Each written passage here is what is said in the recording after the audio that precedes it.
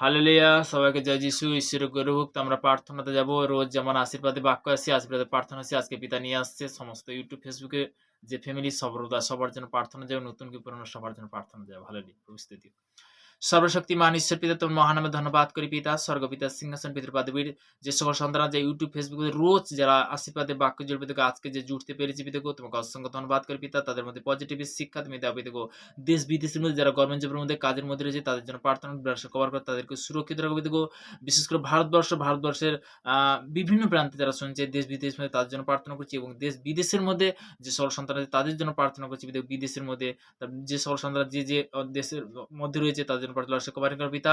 পিতাকে সর্বদা যে ইন্ডিয়ান সৈনিক পিতাগো বিভিন্ন কাস্ট থেকে প্রত্যেকটা সন্তানের প্রার্থনা কভার করে তাদেরকে তুমি সুরক্ষিত রাখো পিতাগো। তারা যে সেবা করছে পিতাগো তারা ইমানদারি থেকে পিতাগো যেন সর্বদা সেবা করতে পারে পিতাগো। যে দেশের জন্য সেবা করছে, আমাদের জন্য সেবা করছে পিতাগো, তোমাকে অসংখ্য ধন্যবাদ করি পিতা। তা আমাদের সুরক্ষিতের জন্য যে সেবা করেছে বিশেষ করে তোমাকে অসংখ্য ধন্যবাদ। তাদের পিতা মাতার জন্য প্রার্থনা করছি, তারাও যে তাদের সন্তানকে যে সমর্পণ করছে তাদেরকে তাদেরকে সুরক্ষিত রাখো পিতাগো। পিতাগো এই মুহূর্তে এই প্রার্থনা যে শান্তির বচন দেওয়ার জন্য অসংখ্য ধন্যবাদ। এই প্রার্থনা মিষ্টি পেয়ে মহান যিশু নাসেরের নাম থেকে চাইলাম। Amen, amen, amen. হালেলুয়া। প্রভু স্তুতি হোক। তো ঈশ্বরের গৌরব হোক। তো আমরা বাক্যতে যাব। তো বাক্য থেকে আমরা আজকের বিশেষ করে জানবো লূক লিখিত সুসমাচার তার 13 অধ্যায় 10 থেকে 13 পদ পর্যন্ত। হালেলুয়া। তিনি বিশ্রামবারে, এখানে বলছে পরিষ্কার, তিনি বিশ্রামবারে কোন সমাজগৃহে শিক্ষা দিতেছিলেন। আর দেখো একটি স্ত্রীলোক যাহাকে 18 বৎসর ধরিয়া দুর্বলতার আত্মা পাইয়াছিল, সে কুজা কোনো মতে সজা হইতে পারিত না। তাহাকে দেখিয়া যিশুর কাছে ডাকিলেন, তাকে দেখে যিশু কি কাছে ডাকিলেন আর কহিলেন, হে নারী, তোমার দুর্বলতা হইতে মুক্ত হইলে। পরে তিনি তাহার উপরে হস্তপূর্ণ করিলেন, তাহাতে সে তৎক্ষণাৎ সজা হইয়া দাঁড়াইল আর ঈশ্বরে গৌরব করিতে লাগলো। দেখো তার বিশ্বাস বলতে একটা জিনিস, সে 18 বছর ধরে বলতে কি কুজো মানে কি যে সে পদরোগে মানে বিভিন্নভাবে রোগ গ্রস্তে ভুগেছিল। তো তেমনি বলতে কি যে হস্তক্ষেপ করাতে তাতে কি হলো, সে কি পরিত্রাণ পেল, সে কি সুন্দর হলো। Hallelujah, hallelujah, thank you Jesus, praise the Lord. তো তেমনি বলতে কি যে আমার পিতা পরমেশ্বর বলতে কি যে আমরা অনেক সময় বলতে কি অনেক জিনিস জানি না, তো তেমনি বলতে কি যে আজকেরও জানতে পারছি। তো তেমনি জিসায়া তার 41 অধ্যায় 29 থেকে একদম 31 পদ পর্যন্ত, 31 পদ পর্যন্ত। হালেলুয়া। তিনি ক্লান্ত ব্যক্তিকে, এখানে বলছে তিনি ক্লান্ত ব্যক্তিকে শক্তি দেন ও শক্তিহীন লোককে বলবৃদ্ধি করেন। এখানে প্রভুর বচন বলছে যে আমি যেন পিতা পরমেশ্বর ধন্য। আমরা জানতে পারছি যে অবশ্যই লিখে নিতে পারো যিশায়া 41 অধ্যায় তার 29 পদ থেকে একদম 31 পদ পর্যন্ত। তরুণীরা ক্লান্ত ও শ্রান্ত হয়, যুবকেরা সুখলিত হয়, কিন্তু যাহারা সদাপ্রভুর অপেক্ষা করে তাহার উপরে নতুন শক্তি পাইবে। তাহারা নতুন শক্তি পাইবে, তাহারা ঈগল পক্ষীর ন্যায় সহকারে ঊর্ধ্বে উঠিবে। তাহারা দৌড়াইলে শ্রান্ত হইবে না, তাহারা গমন করিলে ক্লান্ত হইবে না। ঈগল পক্ষীর ন্যায় তুমি যখন পরমেশ্বরের ধন্যবাদ হোক, যখন আমরা ঈশ্বরের বলতে কি বচন অনুসারে যখন চলি, বাক্য অনুসারে চলি, তখন বলতে কি ঈগল পক্ষী না, তখন বলতে শক্তি আছে, সমাজ আছে, অভিষেক আছে। কখন আছে? যখন তুমি সেই পবিত্র বচন দ্বারা তুমি যখন কথা বলবে। প্রভাতে আমরা বলতে কি যখন প্রভুর বচনে আসি, পিতার বাক্যতে আসি, তো বাক্যতে যখন আসবে তখন পিতা পরমেশ্বরকে আশীর্বাদে পরিণত করবে, ফলে ফলবান করবে। কখন করবে? যখন তুমি তার আজ্ঞা অনুসারে রুটিন অনুসারে যখন আসবে। তো তেমনি বলতে কি এটা হলো একটা কি আমরা ফেস নিজেরা দেখি যে আয়না দিয়ে, তো তেমনি এটা বলতে কি এটা কিন্তু অর্ডিনারি বুক নয়, এটা কিন্তু পবিত্র বচন, পবিত্র বাইবেলটা যখন আমরা দেখি তখন বলতে কি যে পিতা পরমেশ্বরের সঙ্গে কথা বলা, গ্রহণ করা। তো তেমনি বলতে কি তুমি যখন রোজ যখন প্রভাতে কথা বলবে পিতার সঙ্গে, পিতা তখনই তোমার সঙ্গে কথা বলবে। একটা জিনিস কি, কোনো ব্যক্তির সঙ্গে যদি আমি কথা না বলি সে কি কথা বলবে? আমি কিন্তু জগতের বিষয় বলছি না।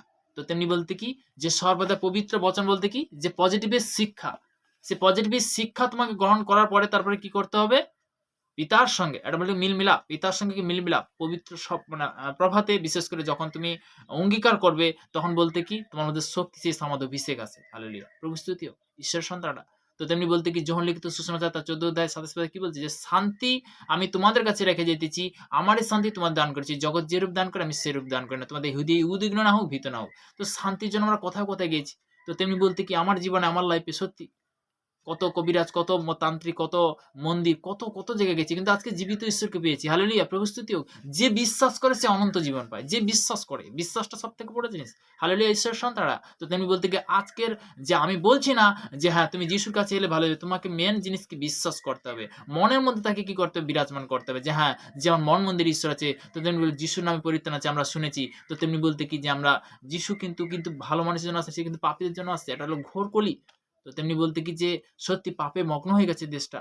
তো তেমনি বলতে কি যে যারা ঈশ্বরের বাক্য, পবিত্র বচন যার মধ্যে যাচ্ছে, সে তখন কি পরিত্রাণ পাচ্ছে, সে কিন্তু উদ্ধার পাচ্ছে। তো তেমনি বলতে কি আজকের কেন শেয়ার করছি, কেন যে একটা জিনিস কি যে অনেক আমি জগতের বিষয়ে বলছি না, অনেক ব্যক্তি অনেক প্রশ্ন করে। তো তেমনি বলতে কি অবশ্যই চেষ্টা করো যে হ্যাঁ পিতা, তুমি যে তোমার যিশুর নামে আমি শুনেছি উদ্ধার আছে। যিশু না আজকে বলতে ক্যান্সার ভালো হচ্ছে, প্যারালাইসিস ভালো হচ্ছে, বাবা কথা বলছে, অন্ধ দেখছে, ল্যাংড়া চলছে।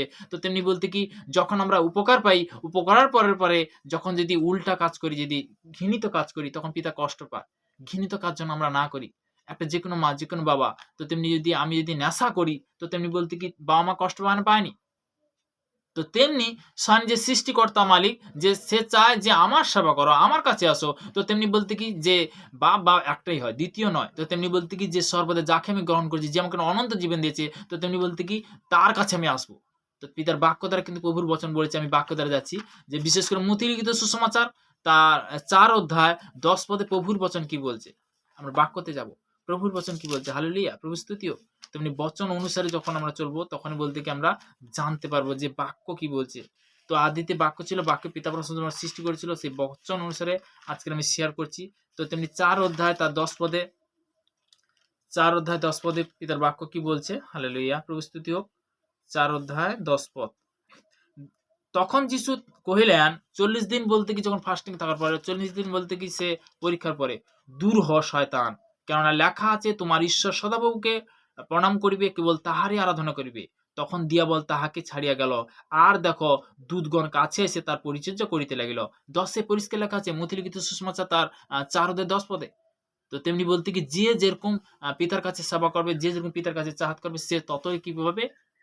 পরিত্রাণ পাবে। হালেলুয়া! ঈশ্বরের সন্তানরা। তো তেমনি বলতে কি যে আমরা আজকের বাক্যতে আসতে পেরেছি, পিতাকে অসংখ্য ধন্যবাদ। তো আমরা লাস্ট প্রার্থনাতে যাব। সর্বশক্তিমান ঈশ্বর পিতা তোর মহানামে ধন্যবাদ করি। আজকে বিশেষ করে পজিটিভের বাক্য, পজিটিভের শিক্ষা দেওয়ার জন্য অসংখ্য ধন্যবাদ করি পিতা। যে সকল সন্তানরা ইউটিউব, ফেসবুকে যারা রোজ যারা রুটিন অনুসারে জুড়ে, তাদেরকে তুমি আশীর্বাদ করো, কৃপা করো পিতাকে। হাত তোমার যে বার করো, চাঙ্গলা কভার করো পিতা। পিতাকে সর্বদা চলার পথে, বলার পথে পিতাকে তুমি আমাকে যেমন কন্ট্রোল করছো, প্রত্যেকটা সন্তানকে তুমি কন্ট্রোল করো, তাদেরকে পজিটিভ শিক্ষা দেবে পিতাকে। প্রত্যেকটা সন্তানের জন্য প্রার্থনা করি, যারা বিশেষ করে যারা যে সর্বশ্রেষ্ঠ মনুষ্য জীবকে যেমন সৃষ্টি করেছে পিতাগো, তেমনি যে সকল সন্তানরা যে আজকের কষ্টে দুঃখে যারা হাসপাতালে, নার্সিং হোমে যারা পীড়িত, অসুস্থ, তারা বেডরুমের মধ্যে রয়েছে, তাদের জন্য প্রার্থনা করছি, ব্যবসা কভার করো, তাদেরকে সুরক্ষিত রাখো পিতাগো। যারা বিশেষ করে যে রেল স্টেশনে ফুটপাতে অনাহারে বেসাহারা পড়েছে, তাদের জন্য প্রার্থনা, তাদের ব্যবসা কভার করো, তাদেরকেও তুমি সুরক্ষিত রাখো পিতা। পিতাগো মুহূর্তে আরো প্রার্থনা করছি পিতাগো, যে সকল সন্তানরা যারা রোড জার্নিং করছে পিতাগো, যে ভূমির মধ্যে, সেই ভূমির জন্য প্রার্থনা, ব্যবসা কভার করো, তুমি সুরক্ষিত রাখো পিতাগো। যারা ট্রাফিকের মধ্যে, আকাশপথে যারা যাত্রা করছে, তাদের জন্য প্রার্থনা, ব্যবসা কভার করতে সুরক্ষিত। যারা সমুদ্রের মধ্যে যাত্রা করছে, তাদের জন্য প্রার্থনা, ব্যবসা কভার করতে, তাদেরকে সুরক্ষিত রাখো পিতাগো। যে সকল সন্তানরা যারা যে অবস্থায় যারা এই মুহূর্তে শুনছে, তাদেরকে ব্যবসা কভার, তাদেরকে সুরক্ষিত রাখো, তাদেরকে পজিটিভ শিক্ষা দেবে পিতাগো। পিতাকে হাত তোমার চেয়ে বরকত বলা, হাত চাঙ্গা বলা, কভার কর পিতা। এই প্রার্থনা মিষ্টি প্রেমের মহান যিশু নাসরির নাম থেকে চাইলাম। Amen, amen, amen. হালেলুয়া। উপস্থিত সবাইকে জয় যিশু, ঈশ্বর গুরু। Amen, amen. হালেলুয়া।